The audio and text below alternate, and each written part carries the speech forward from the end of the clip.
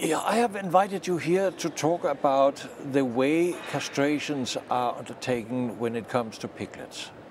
Yes. It's a horrible way that's obvious to everyone, but how can we avoid it? What's the background for it? I believe that there is thinking among people, some people, maybe some farmers also, that it's you have to choose between production efficiency or being good to the animals and the animal welfare. But I believe we have the technology and the opportunities to develop better ways to handle the situation. What ways could that be? There are ways with vaccination that I think would be a good solution, but as the animal NGOs tells us, it's also an opportunity to, and veterinarians I should say, not only the NGOs, that is also a possibility to find out which of the pigs that carries the hormones that the hormones will make it smell, or that's the whole background for these kind of horrible castrations. And it's the boars, of course, which when they grow up are said to have, in some cases, a smell. Yes. So that's why they, I think up to 7 days, they can do it without any pain relief for the pigs, correct? Yes.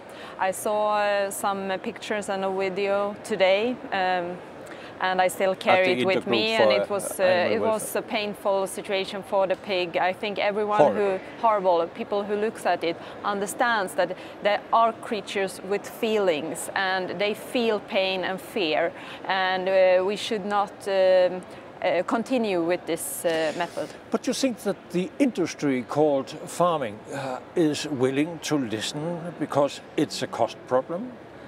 I believe there are some discussions that's needed to make sure that the industry, the farmers can see that there are ways to do it that will not in the future be more economic problem for the farmers. It will be more about having new ways to find out, either don't choose the vaccination program, but have ways to find out which of the pigs will have these hormone problems or make it, the smells.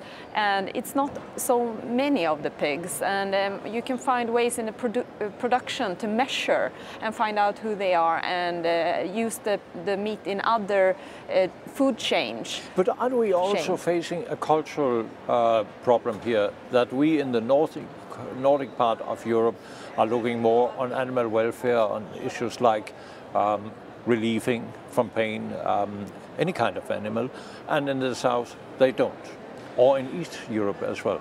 Oh, but I have good hopes in the human beings everywhere on our earth, and I believe that it's about knowledge and where you are in the production, what your experience is, and I believe we can change, and the change can come quicker than you thought, if the politicians come together and say that this is something we like to solve.